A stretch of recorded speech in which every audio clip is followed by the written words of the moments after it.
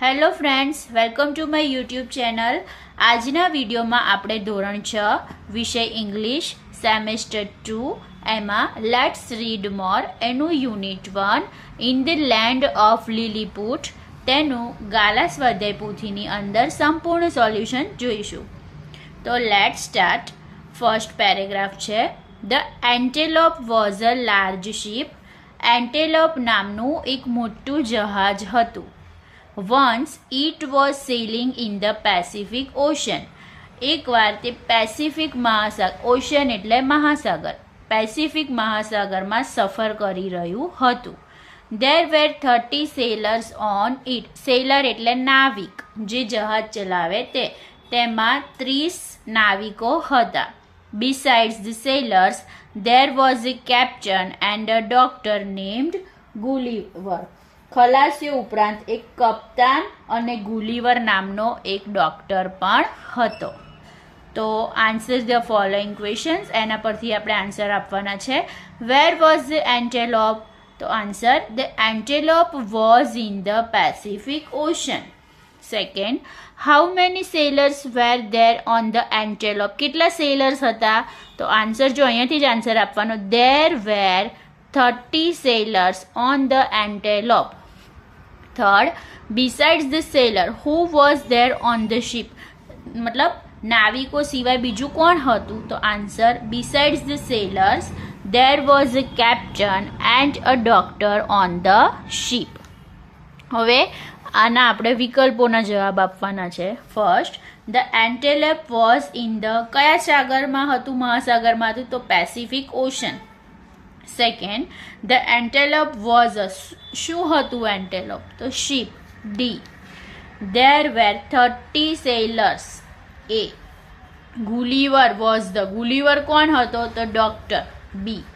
Okay, second paragraph જોઈએ. In the beginning the sailing was smooth. શરૂઆતમાં સફર ખૂબ જ સ્મૂથ એટલે સરળ હતી. શેમાં સફર કરી રહ્યા હતા? મહાસાગરમાં. But then there arose a storm. Storm એટલે વાવાઝોડું, વંટોળ, તોફાન. ઓકે, arose એટલે એકદમ આવ્યું. but then there arose a storm in the sea. પણ પછી દરિયામાં તોફાન આવ્યું. there was strong wind and heavy rain. ખૂબ જોરદાર પવન ફૂંકાયો અને heavy rain, ભારે વરસાદ પડ્યો.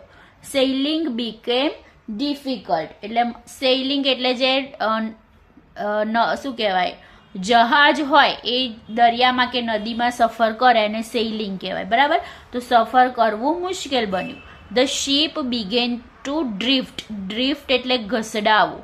જે જહાજ હતું એ દરિયામાં એટલે દરિયાના પ્રવાહમાં ઘસડાવા માંડ્યું. Then suddenly it hit against a rock. અને સડનલી એટલે અચાનક, અચાનક એ મોટા ખડક, રોક એટલે ખડક સાથે અથડાયું. And broke into pieces.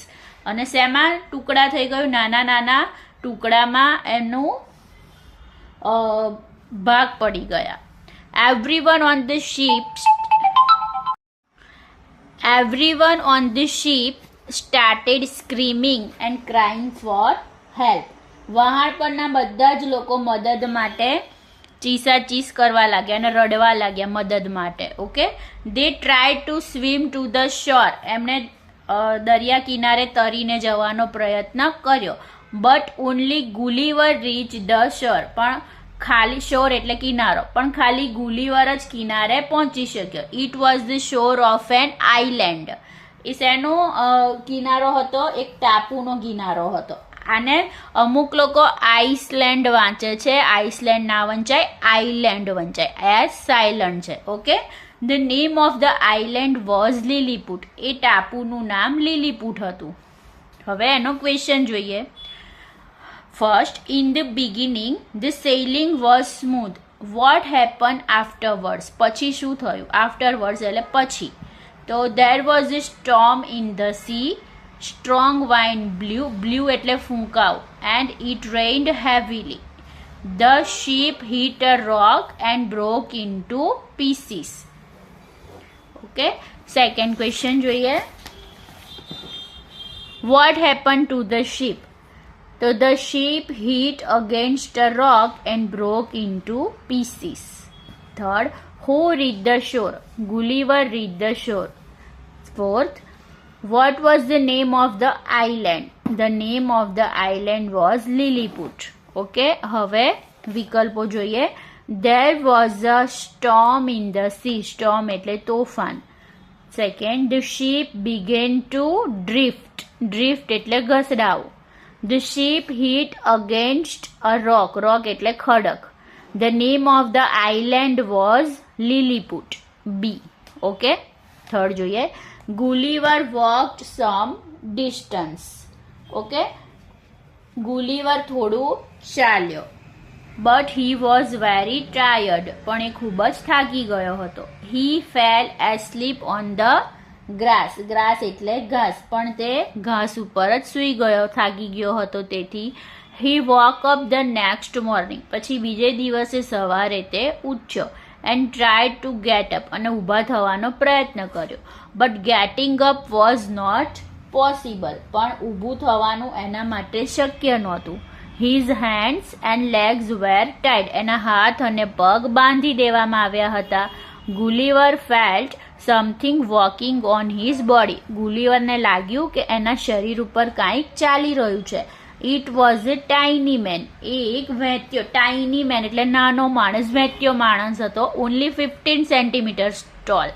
માત્ર 15 સેન્ટીમીટર જેટલો. તમારા કંપાસમાં જે ફૂટપટ્ટી હોય છે ને 15 સેન્ટીમીટરની જ હોય છે, એટલે એટલો જ નાનો માણસ, બરાબર, લગભગ એક વેંત જેટલો જ થાય, એટલે એને વેંત્યો કહેવાય.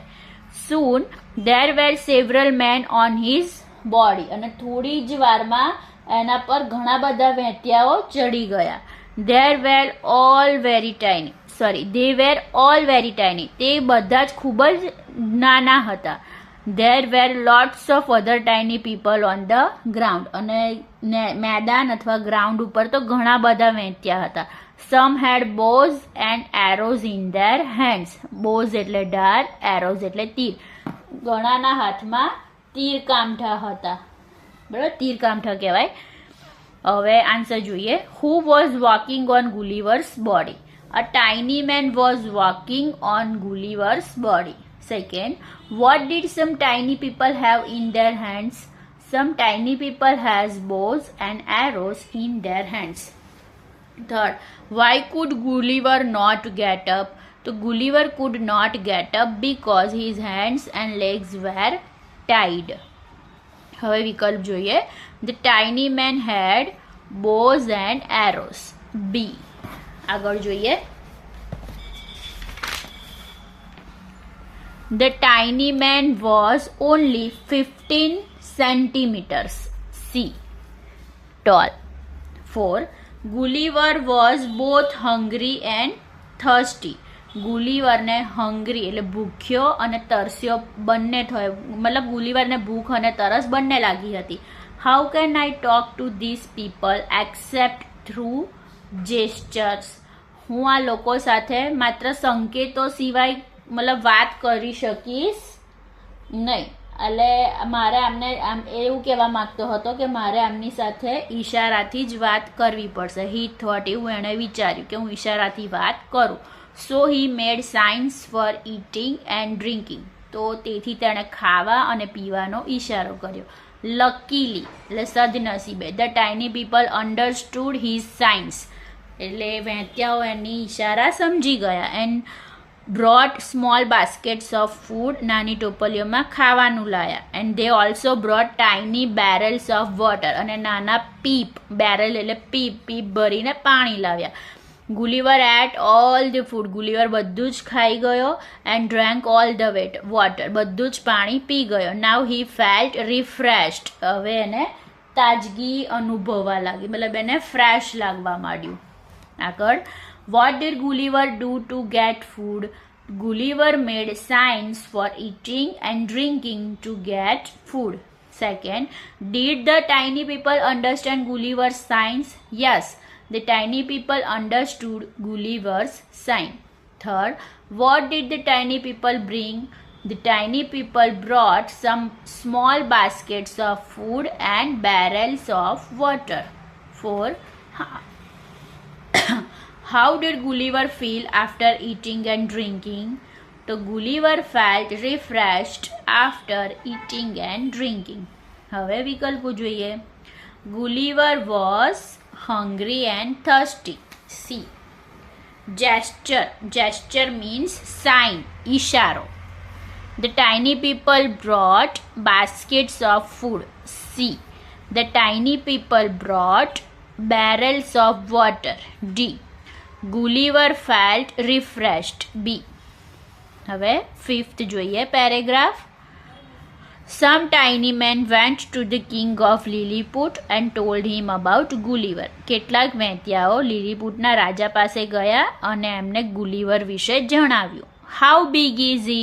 The king asked. રાજા પૂછે છે તે કેટલો મોટો છે. He is very huge. તો તેમણે કહ્યું કે તે ખૂબ જ મોટો છે. Really? Go and bring him here. The king ordered. કિંગે આદેશ આપ્યો કે સાચે જ જાઓ અને તેને અહીં લઈ આવો. I want to see him. મારે તેને જોવો છે. Seeing is believing. મતલબ કે હું એને જોઉં તો જ માનું કે એટલો મોટો છે એવું એણે ઉમેર્યું છે. He added. આગળ જોઈએ. What did the king order the tiny man? The and man છે એટલે બહુવચન છે. Okay. The king ordered the tiny man to bring Gulliver to him. Okay. હવે વિકલ્પ જોઈએ. The tiny man said that Gulliver was very huge. Huge એટલે ખૂબ જ મોટું. Huge means very big. A.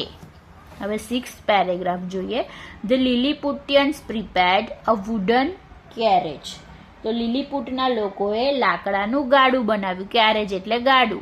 It was about 3.5 meters long, 120 centimeters wide. Wide એટલે પહોળું.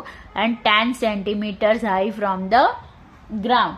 તો એ લગભગ 3.5 મીટર જેટલું લાંબુ, 120 સેન્ટીમીટર પહોળું અને 10 સેન્ટીમીટર જમીનથી ઊંચું હતું. Now lifting Gulliver and putting him on the carriage became a problem. હવે ગુલિવરને ગુલિવરને ઉચકવો અને એને ગાડામાં મૂકવો એ એમના માટે પ્રોબ્લેમ હતો. With great difficulty they solved it. ઘણી મુશ્કેલીઓ પછી એમણે આ પ્રોબ્લેમ સોલ્વ કર્યો. Okay. First, what did the Lilliputians prepare? The Lilliputians prepared a wooden carriage. Second, what was the problem? Lifting Gulliver and putting him on the carriage was a problem. હવે આપણે વિકલ્પો જોઈએ. The Lilliputians prepared a wooden carriage. The carriage was 10 centimeters high. B. હવે 7th paragraph જોઈએ. After a day journey, they brought him to the king's court.